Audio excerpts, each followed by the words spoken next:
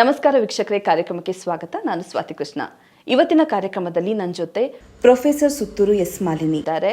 ಅಧ್ಯಕ್ಷರು ಜೆನೆಟಿಕ್ ಮತ್ತು ಜೆನೋಮಿಕ್ಸ್ ಅಧ್ಯಯನ ವಿಭಾಗ, ಮೈಸೂರು ವಿಶ್ವವಿದ್ಯಾನಿಲಯದಲ್ಲಿ ಅವರು ಕಾರ್ಯವನ್ನು ನಿರ್ವಹಿಸ್ತಾ ಇದ್ದಾರೆ. ಸೊ ಬನ್ನಿ ವೀಕ್ಷಕರೇ, ಕಾರ್ಯಕ್ರಮಕ್ಕೆ ಅವರಿಗೆ ಸ್ವಾಗತವನ್ನು ಕೊಡ್ತಾ ಕಾರ್ಯಕ್ರಮವನ್ನು ಶುರು ಮಾಡೋಣ. ನಮಸ್ತೆ ಡಾಕ್ಟರ್, ಕಾರ್ಯಕ್ರಮಕ್ಕೆ ಸ್ವಾಗತ ನಿಮಗೆ. ಸೊ ಇವತ್ತಿನ ಸಂಚಿಕೆಯಲ್ಲಿ ಒಂದು ಗಂಭೀರವಾದಂತಹ ವಿಷಯದ ಬಗ್ಗೆ ನಾವು ಚರ್ಚೆ ಮಾಡೋಣ ಮ್ಯಾಮ್. ಈಗ ಸೋಷಿಯಲ್ ಮೀಡಿಯಾ ಅಂತ ಹೇಳೋದು ಗೊತ್ತಿದೆ. ಈ ಲಾಕ್ಡೌನ್ ಬಂದಾಗ ಹೇಗಾಯ್ತು ಅಂತ ಹೇಳಿದ್ರೆ ಮಕ್ಕಳ ಕೈಲೂ ಮೊಬೈಲ್ ಹೋಯ್ತು. ಮಕ್ಕಳ ಆಟ ಸಾಮಾನು ಎಷ್ಟು ಆಟ ಆಡಿದಾರೋ ಗೊತ್ತಿಲ್ಲ, ಬಟ್ ಮೊಬೈಲ್ ಅಲ್ಲೇ ಈಗಿನ ಮಕ್ಕಳಂತೂ ಸಣ್ಣ ವಯಸ್ಸಿನ ಮೊಬೈಲ್ ಕೈ. ಹೌದು. ಸೊ ಈಗ ಚಿಕ್ಕ ಮಕ್ಕಳಿಂದ ದೊಡ್ಡವ್ರ ತನಕನು ಮೊಬೈಲು, ಸೋಷಿಯಲ್ ಮೀಡಿಯಾ ಇವಿಷ್ಟೇ ಗೊತ್ತಿರೋದು ಅವರಿಗೆ. ಸೊ ಇದ್ರ ಬಗ್ಗೆ ನೀವೇನ್ ಹೇಳ್ತೀರಾ ಅಂತ? ಈಗ ನಾವು ಯಾರ ಕೈಲಿ ಏನು ಕೊಡಬಾರ್ದು ಅದನ್ನ ಕೊಟ್ಬಿಟ್ಟಿದೀವಿ. ಹೌದು, ಕೊಟ್ಟಾಗಿ ಎಲ್ಲಾ ಡ್ಯಾಮೇಜ್ ಆಗೋಯ್ತು. ಈಗ ಅದ್ರ ಬಗ್ಗೆ ಯೋಚನೆ ಮಾಡ್ತಾ ಇದೀವಿ. ಇನ್ನು ತುಂಬಾ ಜನ ಅದ್ರ ಬಗ್ಗೆ ಯೋಚನೆ ಸಹ ಮಾಡಿಲ್ಲ. ಇನ್ನು ಏನಾಗುತ್ತೆ ಮುಂದಿನ ದಿನದಲ್ಲಿ ಅಂತ. ಜಗತ್ತನ್ನು ಕಾಡುತ್ತಿರುವ ಬಹು ದೊಡ್ಡ ಸಮಸ್ಯೆ ಅಂದ್ರೆ ಡಿಜಿಟಲ್ ಅಂತ ನಾವ್ ಏನ್ ಅಂತೀವಿ, ಅಡಿಕ್ಷನ್. ಕಂಪ್ಲೀಟ್ ಆಗಿ ಹೇಳ್ಬೇಕಂದ್ರೆ ಡಿಜಿಟಲ್ ಅಡಿಕ್ಷನ್. ಅದು ಸೋಷಿಯಲ್ ಮೀಡಿಯಾದಲ್ಲಿ ಬೇಕಾದಷ್ಟು ಫೇಸ್ಬುಕ್ ಆಗ್ಬೋದು, ಇನ್ಸ್ಟಾ ಆಗ್ಬೋದು, ಬೇರೆ ಬೇರೆದೆಲ್ಲ ಇದೆ, ಬೇಕಾದಷ್ಟು ಇದೆ. ನನಗೆ ಗೊತ್ತಿರೋದು ಕೆಲವು ಅಷ್ಟೇ. ಹಾಗಾಗಿ ಈ ಒಂದು ಅಡಿಕ್ಷನ್ ಬರೀ ಮಕ್ಕಳಲ್ಲ, ಮಕ್ಕಳನ್ನ ನಾವು ಸಣ್ಣ ಮಗುನೂ ನೋಡ್ಬೋದು. ನಾವು ಅದು ಏನೋ ಒಂದು ಗೇಮ್ ಆಡ್ತಾ ಇರುತ್ತೆ, ಅದಕ್ಕೆ ಅಡಿಕ್ಟ್ ಆಗುತ್ತೆ. ಆಮೇಲೆ ಅದ್ರ ಕೈಯಿಂದ ನೀವು ಮೊಬೈಲ್ ತಗೊಳಕ್ ಸಾಧ್ಯನೇ ಇಲ್ಲ. ಆ ಮಗು ಅದು ಏನಾಗಿದೆ ಅಂದ್ರೆ ಇತ್ತೀಚೆಗೆ ತಂದೆ ತಾಯಿಗಳು ಹುಟ್ಟಿರೋ ಮಗುಗೂ ಕೊಟ್ಬಿಡ್ತಾರೆ. ಏನು ಅದು ನಿಜವಾಗ್ಲೂ ನಾವು ಮಗು ಕೈಲಿ ಏನಾದ್ರು ಕೊಡ್ಬೇಕಾದ್ರೆ ಯೋಚನೆ ಮಾಡ್ಬೇಕು ನಾವು. ಅದು ಬೇಕಾ ಬೇಡವಾ, ಮುಂದಿನ ದಿನದಲ್ಲಿ ಆ ಮಗುಗೆ ಅದರಿಂದ ಯಾವ ರೀತಿ ತೊಂದರೆ ಆಗುತ್ತೆ. ಮಕ್ಕಳನ್ನ ಹಾಳು ಮಾಡ್ತಿರೋದು ಪೇರೆಂಟ್ಸೇನೆ. ಏಕೆಂತಂದ್ರೆ ಎಳೆ ಮಗುವಿನಲ್ಲಿ ನ್ಯೂರಾನಲ್ ಡೆವಲಪ್ಮೆಂಟ್ ಆಗ್ಬೇಕಾದ್ರೆ ಅಂಥದ್ದು ಒಂದು ಆ ಮಗುವಿನ ಕೈಲಿ ಸಿಕ್ಕಿದ್ರೆ ಅದ್ರ ಕ್ರಿಯೇಟಿವಿಟಿ ಹಾಳಾಯ್ತು, ಅದ್ರ ಥಿಂಕಿಂಗ್ ಕೆಪಾಸಿಟಿ ಎಲ್ಲದೂ ನಾಶ ಮಾಡೋದಕ್ಕೆ ನಾವೇ ಕಾರಣ ಆಗ್ತೀವಿ. ಸೊ ಎಳೆ ಮಗು, ಆಮೇಲೆ ಸಣ್ಣ ಮಕ್ಕಳು, ಆಟ ಆಡೋ ಮಕ್ಕಳುಗಳು ಆಟ ಆಡಲ್ಲ. ಯಾವಾಗ್ಲೂ ಅವು ಮೊಬೈಲ್ ಇಟ್ಕೊಂಡು ಅಲ್ಲಿ ಗೇಮ್ಸ್ ಅಂದ್ರೆ ಅವ್ರ ಲೆವೆಲ್ಗೆ ತಕ್ಕಂಥದ್ದು ಹುಡುಕೊಂಡು ಮಾಡ್ತಾರೆ. ಅವರು ಏನ್ ಬೇರೆದನ್ನ ನೋಡ್ತಾರೆ ಅಂತ ನಾನು ಹೇಳ್ತಿಲ್ಲ. ನಂತರ ಹದಿಹರೆಯ ಅಂತ ಬಂದಾಗ ನಿಜವಾಗ್ಲೂ ಇಂಟರ್ನೆಟ್ ಈ ಕಮ್ಮಿ ಫ್ರೀ ಅಂತೆಲ್ಲ ಮಾಡಿದ್ರಲ್ಲ, ಅದು ನಿಜ ದೊಡ್ಡ ದುರಂತ ಅನ್ಬೋದು ನಮ್ಮ ದೇಶದಲ್ಲಿ. ಅದೆಲ್ಲ ಹೆಂಗೆ ಅಂತಂದ್ರೆ ಈ ಒಂದು ವ್ಯಾಪಾರೀಕರಣಕ್ಕೆ ಮಾಡೋ ಅಂಥದ್ದು.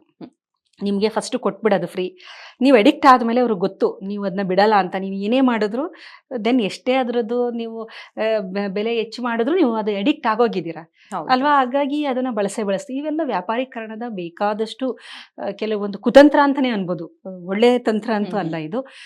ನಂತರ ಹದಿಹರೆಯದವ್ರಿಗೆ ಬೇಡದಿದ್ದೆಲ್ಲ ನೋಡ್ತಾರೆ ಅವರು. ಆಮೇಲೆ ಎಸ್ಪೆಷಲಿ ಲೈಂಗಿಕತೆಗೆ ಸಂಬಂಧಿಸಿದಂಥದ್ದು ಸರಿಯಾದ ಮಾಹಿತಿ ನಿಜವಾಗ್ಲೂ ಅವ್ರಿಗೆ ಸಿಗ್ತಾ ಇಲ್ಲ. ಅವ್ರಿಗೆ ಏನು ಸಿಗ್ತಿದೆ ಎಲ್ಲ ರಾಂಗ್ ಇನ್ಫಾರ್ಮೇಶನ್.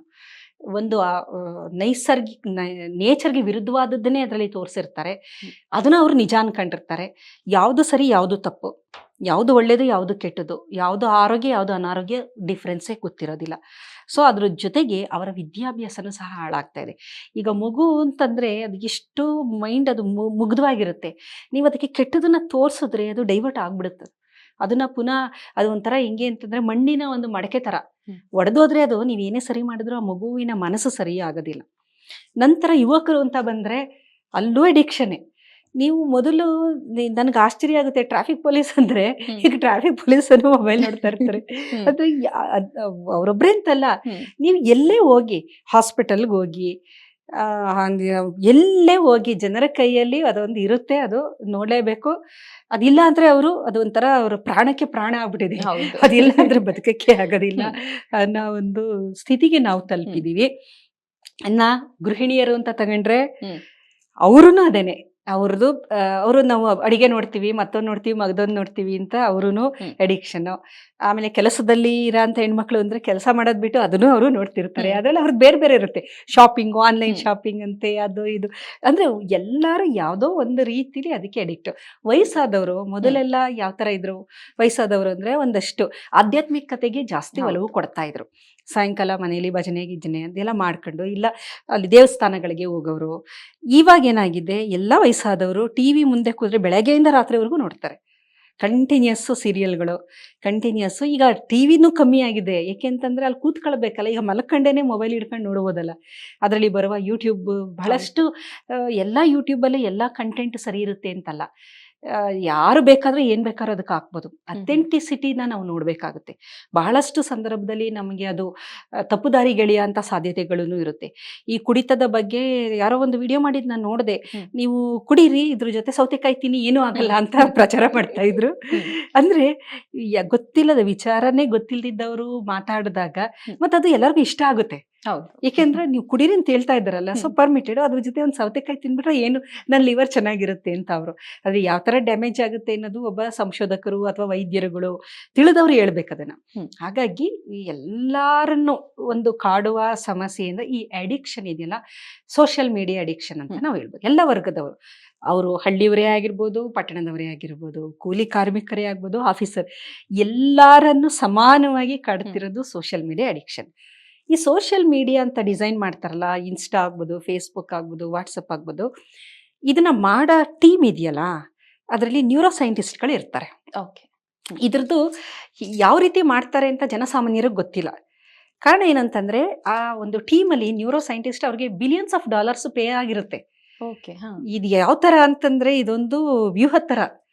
ಇದು ನಾವು ನೋಡೋದಕ್ಕೆ ಇನ್ಸ್ಟಾ, ಫೇಸ್ಬುಕ್, ವಾಟ್ಸಪ್ ಅಷ್ಟಲ್ಲ ಇದು. ಇದ್ರ ಹಿಂದೆ ನೀವು ಸರಿಯಾಗಿ ಅರ್ಥ ಮಾಡ್ಕೊಂತ ಹೋದ್ರೆ ಒಂದು ದೊಡ್ಡ ಒಂದು ತಂತ್ರನೇ ಇರುತ್ತೆ ಇದರಲ್ಲಿ. ನ್ಯೂರೋ ಸೈಂಟಿಸ್ಟ್ ಅವ್ರಿಗೆಲ್ಲ ಬಿಲಿಯನ್ಸ್ ಆಫ್ ಡಾಲರ್ಸ್ನ ಪೇ ಮಾಡಿ ಅದನ್ನ ಡಿಸೈನ್ ಯಾವ ತರ ಮಾಡಿದ್ದಾರೆ ಅಂದ್ರೆ, ನೀವು ಒಂದ್ಸಲ ಆ ಲೂಪ್ಗೆ ಹೋದ್ರೆ ಆ ಲೂಪಿಂದ ಈಚೆಗೆ ಬರೋಷ್ಟರಲ್ಲಿ ನಿಮ್ಗೆ ತುಂಬಾ ನೀವು ಅದನ್ನ ಒಂದು ಅಂತ ವೆಂಚರ್ ಮಾಡಿ ಕೊನೆಗೆ ಟಯರ್ಡ್ ಆಗಿ ಕಣ್ಣು ಬಂದು ನಿದ್ದೆ ಬಂದು ಅಥವಾ ಸುಸ್ತಾಗಿ ನಿಮ್ಮ ಬ್ರೈನ್ ಸ್ಟ್ರೈನ್ ಆದ್ಮೇಲೆ ನೀವು ಈಚೆ ಬರೋದು. Minimum 3 hours.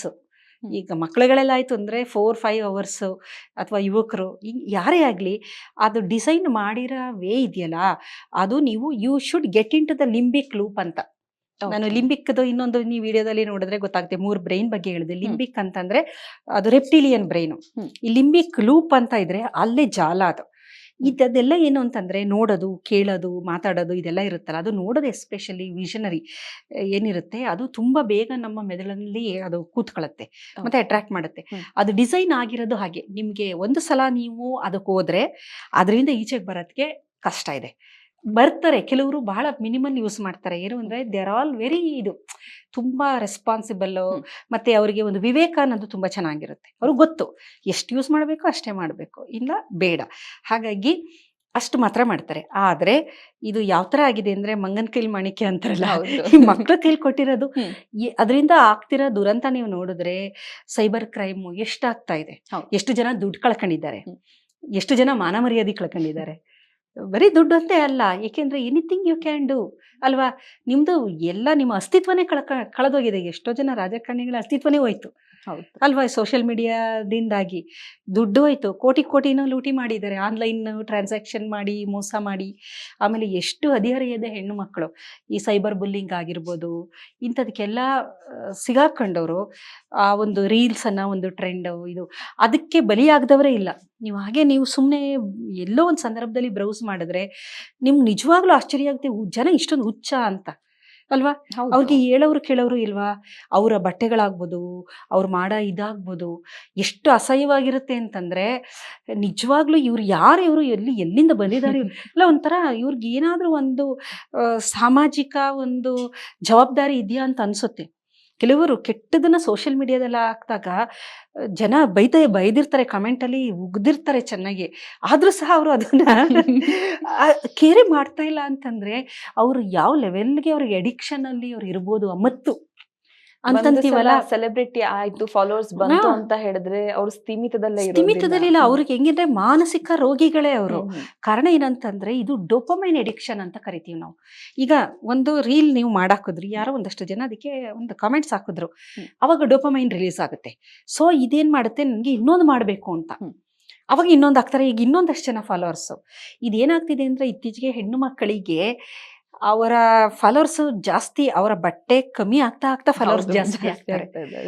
ಆದ್ರೆ ಅವರು ಆ ಫಾಲೋವರ್ನ ಜಾಸ್ತಿ ಮಾಡ್ಕೊಳ್ಳೋದಕ್ಕೋಸ್ಕರ ಈ ಡೋಪಮೈನ್ ಎವ್ರಿ ಟೈಮ್ ರಿಲೀಸ್ ಆಗುತ್ತೆ. ಕೊನೆಗೆ ಯಾವ ಹಂತಕ್ಕೆ ಹೋಗ್ತಾರೆ ಅಂದ್ರೆ, ಅವರಿಗೆ ತಿಳುವಳಿಕೆ ಬರೋಷ್ಟರಲ್ಲಿ, ಒಂದು ಏನೋ ಡ್ಯಾಮೇಜ್ ದೊಡ್ಡದಾಗಿ ಆಗಿದೆ ಅಂತ ಬರೋಷ್ಟರಲ್ಲಿ ಎಲ್ಲ ಆಗೋಗಿರುತ್ತೆ. So they will lose their identity. ಆ ಐಡೆಂಟಿಟಿನೇ ಹೊರಟೋಗುತ್ತೆ, ಅವರ ಒಂದು ಟ್ಯಾಲೆಂಟ್ ಹೊರಟೋಗಿರುತ್ತೆ, ಅವ್ರ ಥಿಂಕಿಂಗ್ ಹೊರಟೋಗಿರುತ್ತೆ, ಎಜುಕೇಶನ್ ಹಾಳಾಗಿರುತ್ತೆ. ಮೋರವರು ಅವ್ರ ಬಗ್ಗೆ ಸಮಾಜದಲ್ಲಿ ಒಂದು ಬ್ರ್ಯಾಂಡ್ ಬಂದ್ಬಿಟ್ಟಿರುತ್ತೆ ಅಲ್ವಾ? ಹೌದು. ಆ ವ್ಯಕ್ತಿ ಇಂಥವ್ರು, ಇವಳು ಈ ತರದವಳು ಅಂತ ಬಂದ್ರೆ ಅದನ್ನ ಅಳಿಸಕ್ಕೆ ಇನ್ನು ಸಾಧ್ಯನೇ ಇಲ್ಲ. ಸೊ ಈ ಸೋಷಿಯಲ್ ಮೀಡಿಯಾ ಅಡಿಕ್ಷನ್ ಇಂದ ಆಗುವ ಅನಾಹುತಗಳನ್ನ ಲೆಕ್ಕ ಮಾಡ್ತಾ ಹೋದ್ರೆ ನಾವು ಅದನ್ನ ನಾವು ಅಂದಾಜು ಮಾಡಕ್ಕೆ ಸಾಧ್ಯ ಇಲ್ಲ. ಯಾಕೆಂದ್ರೆ everything is mainly based on our neuroscience. ನಮ್ಮ ಮೆದುಳಿನಲ್ಲಿ ಏನು ಕ್ರಿಯೆ ನಡೆಯುತ್ತೆ ಅದ್ರ ಮೇಲೆ ಇವೆಲ್ಲ ಡಿಸೈನ್ ಆಗಿರೋದು. ಈ ಅಡಿಕ್ಷನ್ ಲೂಪಿಂದ ಬರೋದು ಈಚೆ ಬರೋದು ಅಷ್ಟು ಸುಲಭ ಅಲ್ಲ. ಈಗ ನೀವು ನಾನು ಒಂದು ಜವಾಬ್ದಾರಿ ಸ್ಥಾನದಲ್ಲಿಂದ ಮಾತಾಡಿದ್ರು ಕೆಲವು ಸಲ ನನಗೆ ಗೊತ್ತಿಲ್ದಂಗೆ ಎಷ್ಟೋ ಸಮಯ ಹೊಟ್ಟೋಗ್ಬಿಟ್ಟಿರ್ತೀನಿ. ಏನೋ ಹುಡುಕೊಂಡು ಅಲ್ಲಿಂದ ಇನ್ನೊಂದು ಲಿಂಕು, ಕೊನೆಗೆ ಅದು ಅರಿವಾಗಷ್ಟರಲ್ಲಿ ಅಯ್ಯೋ ಇಷ್ಟೊಂದು ಟೈಮ್ ಆಗೋಯ್ತಲ್ಲ, ಅನ್ಯಾಯವಾಗಿ, ಅದರಿಂದ ಏನು ಪ್ರಯೋಜನ ಇಲ್ಲ. ಬಟ್ ಸ್ಟಿಲ್ ನಾನು ಅಮೂಲ್ಯವಾದ ಸಮಯ ಇಲ್ಲಿ ಹಾಳಾಯ್ತಲ್ಲ ಅನ್ನೋದು ಪಶ್ಚಾತ್ತಾಪ ನಮಗೂ ಆಗಿದೆ. ಸೊ ನಮಗೆ ಆ ಥರ ಆಗ್ಬೇಕಾದ್ರೆ ಅಂದರೆ ಎಲ್ಲ ಗೊತ್ತಿದ್ದೇ ನಮ್ಗೆ ಆಗ್ಬೇಕಾದ್ರೆ ಏನೂ ಗೊತ್ತಿಲ್ಲದ ಜನಸಾಮಾನ್ಯರಿಗೆ, ಮಕ್ಕಳುಗಳಿಗೆ ಇದು ಯಾವ ರೀತಿ ಪರಿಣಾಮ ಬೀರಬಹುದು? ಮುಂದಿನ ದಿನದಲ್ಲಿ ನಿಜವಾಗ್ಲೂ ಈ ಕೋವಿಡ್ಗಿನ್ನ ಭಯಾನಕ ಅಂದರೆ ಈ ಸೋಷಿಯಲ್ ಮೀಡಿಯಾ ಅಡಿಕ್ಷನ್ ಅಂತ ಅನ್ಬೋದು. ಎಲ್ಲರೂ ನಿಮ್ಗೆ ಏನಾದ್ರು ಒಂದಷ್ಟು ಆಂಟಿಬಯೋಟಿಕ್ ಕೊಟ್ಟು ನಿಮಗೆ ಮಾಸ್ಕ್ ಹಾಕಿ ಅಥವಾ ಸ್ಯಾನಿಟೈಸರ್ನ ಇದು ಮಾಡಿ ನೀವು ಹೆಂಗೋ ಅದರಿಂದ ತಪ್ಪಿಸ್ಕೊಂಡ್ರಿ. ಅಂದರೆ ಸೋಷಿಯಲ್ ಮೀಡಿಯಾದಿಂದ ಖಂಡಿತ ತಪ್ಪಿಸ್ಕೊಳ್ಳೋದು ಅಷ್ಟು ಸುಲಭ ಅಲ್ಲ. ಅದಕ್ಕೆ ಅದರದೇ ಆದ ವಿಲ್ ಪವರ್ ಬೇಕು. ಓಕೆ, ಅತಿಯಾದ್ರೆ ಅಮೃತನ ವಿಷಯ ಅಂತ ಹೇಳ್ತಾರೆ. ಹಾಗಾಗಿ ಸೋಷಿಯಲ್ ಮೀಡಿಯಾನ ಹಿತಮಿತವಾಗಿ ಬಳಸಬೇಕು. ಅದು ಬೇಡ ಅಂತ ನಾನು ಹೇಳ್ತಾ ಇಲ್ಲ. ಈಗ ಸೋಷಿಯಲ್ ಮೀಡಿಯಾ, ಈಗ ಈ ಒಂದು ಪ್ರೋಗ್ರಾಮ್ ಆಗೋದು ಸೋಷಿಯಲ್ ಮೀಡಿಯಾದಿಂದಾನೆ, ಇದು ಜನಕ್ಕೆ ರೀಚ್ ಆಗೋದು. ಆದ್ರೆ ಅಲ್ಲಿ ನನಗೆ ಏನು ಬೇಕು ಅನ್ನೋದು ತಗೊಳ್ಳೋದು ಮುಖ್ಯ. ಯಾವ ತರ ಪ್ರೋಗ್ರಾಮ್ ಬೇಕು, ಅದರಿಂದ ನನ್ನ ಜ್ಞಾನ ವೃದ್ಧಿ ಆಗುತ್ತಾ, ನನ್ನ ನಾಲೆಡ್ಜ್ ಎಕ್ಸ್ಪ್ಯಾಂಡ್ ಆಗುತ್ತಾ, ಮುಂದಿನ ದಿನದಲ್ಲಿ ನನಗೆ ನನ್ನ ದೈನಂದಿನ ಚಟುವಟಿಕೆಗೆ ಅದು ಯಾವ ರೀತಿ ಸಪೋರ್ಟ್ ಮಾಡುತ್ತೆ. ಈ ಅಡ್ವರ್ಟೈಸ್ ಮಾಡ್ತಾರೆ ಕೆಲವೊಂದು, ಅವೆಲ್ಲ ಫೈನು. ಕೆಲವೊಂದು ಅಡಿಗೆಗೆಲ್ಲ ಇರುತ್ತೆ, ಕೆಲವು ಟಿಪ್ಸ್ ಇರುತ್ತೆ, ಕೆಲವು ಅನುಕೂಲನೂ ಇದೆ, ಅನಾನುಕೂಲನೂ ಇದೆ. ಅನಾನುಕೂಲನೇ ಜಾಸ್ತಿ ನಾವು ನೋಡ್ತೀವಿ. ಅಂದರೆ ಆ ಒಂದು ಬೇಡದ ವಿಚಾರಗಳನ್ನ ಜಾಸ್ತಿ ಜನ ತುಂಬಾಕೆ ಪ್ರಯತ್ನ ಪಡ್ತಿದ್ದಾರೆ. ಆದರೆ ಮೆದುಳಿಗೆ ಈ ಥರದ್ದು ಯಾವಾಗಲೂ ನಾವು ಕಸದ ತೊಟ್ಟಿ ಆಗ್ಬಾರ್ದು ನಮ್ಮ ಮೆದುಳು. ಹೌದು ಅಲ್ವಾ? ಮೆದುಳು ತುಂಬಾ ಒಂದು ಕಂಪಾರ್ಟ್ಮೆಂಟ್ ಆಗಿ ಸೆಲೆಕ್ಟೆಡ್ ಆಗಿ ನಾವು ವಸ್ತುಗಳನ್ನ ತಗೋಬೇಕು. ಎಲ್ಲ ಈ ಕಾರ್ಪೊರೇಷನ್ ತೊಟ್ಟಿ ಅಂತಾರಲ್ಲ, ಅದು ನಮ್ಮ ಮೆದುಳು ಆಗ್ಬಿಟ್ರೆ ಕಷ್ಟ ಆಗುತ್ತಲ್ವಾ? ಹಾಗಾಗಿ ಓಕೆ, ಸೊ ಹಾಗಿದ್ರೆ ಸೋಷಿಯಲ್ ಮೀಡಿಯಾನ ಹಿತಮಿತವಾಗಿ ಬಳಸಿ ಅಂತ ಹೇಳ್ತಾ ಇದ್ದೀರಾ ನೀವು. ಹೌದು. ಸೊ ಇಷ್ಟೊತ್ತು ತನಕ ಸೋಷಿಯಲ್ ಮೀಡಿಯಾ ಏನು, ಅದನ್ನ ಹೇಗೆ ಬಳಸಬೇಕು ಅನ್ನೋ ಮಾಹಿತಿನ ನೀಡಿದ್ರಿ. ಧನ್ಯವಾದಗಳು ಮ್ಯಾಮ್. ನಮಸ್ತೆ. ಇದೇ ರೀತಿ ಮತ್ತಷ್ಟು ವಿಶೇಷವಾದಂತಹ ಕಾರ್ಯಕ್ರಮಗಳಿಗಾಗಿ ವಿಶ್ವವಾಣಿ ಸ್ಪೆಷಲ್ ಯೂಟ್ಯೂಬ್ ಚಾನೆಲ್ ಅನ್ನ ಸಬ್ಸ್ಕ್ರೈಬ್ ಆಗಿ, ಶೇರ್ ಮಾಡಿ, ಲೈಕ್ ಮಾಡಿ. ಧನ್ಯವಾದಗಳು.